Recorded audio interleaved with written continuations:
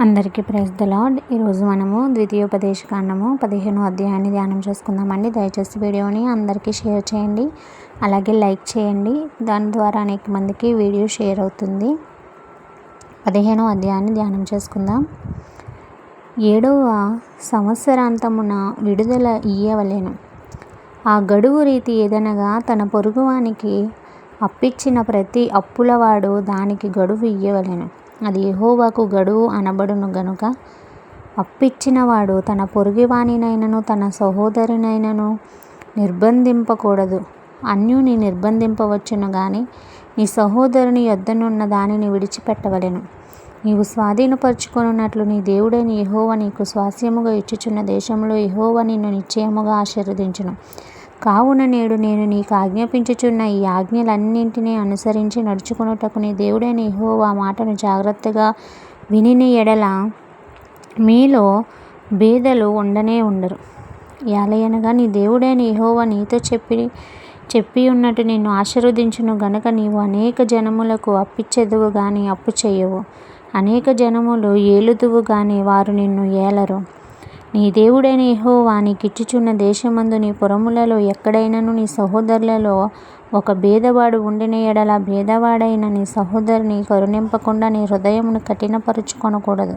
నీ చెయ్యి ముడుచుకొనక వాని కొరకు ఆవశ్యముగా చెయ్యి చాచి వాని అక్కర చొప్పున ఆ అక్కరకు చాలినంత ఆవశ్యకముగా వానికి అప్పియ్యవలెను.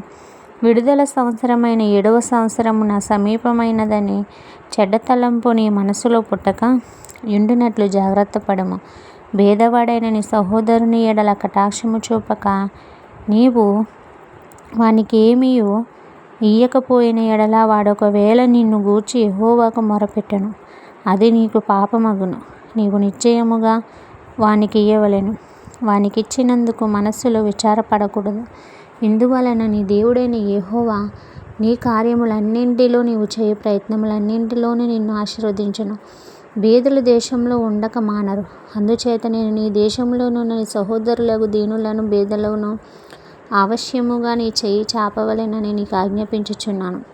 నీ సహోదరులలో హెబ్రీయుడే గాని హెబ్రీయురాలే గాని నీవుకు అమ్మబడి 6 సంవత్సరములు నీకు దాస్యము చేసినెడల 7వ సంవత్సరమున వానిని విడిపించి నీ యొద్ద నుండి పంపివేయవలెను.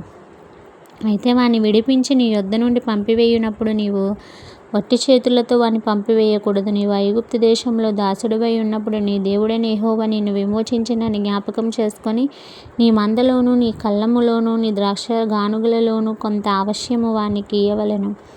నీ దేవుడైన యెహోవా నిన్ను ఆశీర్వదించి నీకు అనుగ్రహించిన దానిలో కొంత వానికి ఇయ్యవలెను. ఆ హేతువు చేత నేను ఈ సంగతి నేడు నీకు ఆజ్ఞాపించి ఉన్నాను. అయితే నీ యొద్ద వానికి మేలు కలిగి ఉన్నందున నిన్నును నీ ఇంటివారిని ప్రేమించుచున్నాను గనుక నేను నీ యొద్ద నుండి వెళ్ళిపోనని అతడు నీతో చెప్పిన ఎడల నీవు కదురుగా పట్టుకొని తలుపులోనికి దిగునట్లుగా వాని చెవికి దానిని గుచ్చవలెను. ఆ తరువాత అతడు నిత్యము నీకు దాసుడై ఉండును. అలాగుననే నీవు నీ దాసికిని చేయవలెను. వానిని స్వతంత్రునిగా పోనిచ్చుట కష్టమని నీవు అనుకొనకూడదు. ఏలయనగా వాడు 6 సంవత్సరములు నీకు దాస్యము చేసినందున జీతగానికి రావలసిన 2 జీతముల లాభము నీకు కలిగెను. అలాగైతే నీ దేవుడైన యెహోవా నీకు చేయు వాటన్నింటి విషయంలో నిన్ను ఆశీర్వదించును. నీ గోవులలోనేమి నీ గొర్రె మేకలలోనేమి తొలిచూలు ప్రతి మగదాన్ని నీ దేవుడైన యెహోవాకు ప్రతిష్ఠింపవలెను. నీ కోడెలలో తొలిచూలు దానిలో పని చేయకూడదు. ఆ గొర్రె మేకలు తొలిచూలు దాని బొచ్చు కత్తిరింపకూడదు. యెహోవా ఏర్పరచుకున్న స్థలము నీవును నీ ఇంటివారును నీ దేవుడైన యెహోవా సన్నిధిని ప్రతి సంవత్సరమును దానిని తినవలెను.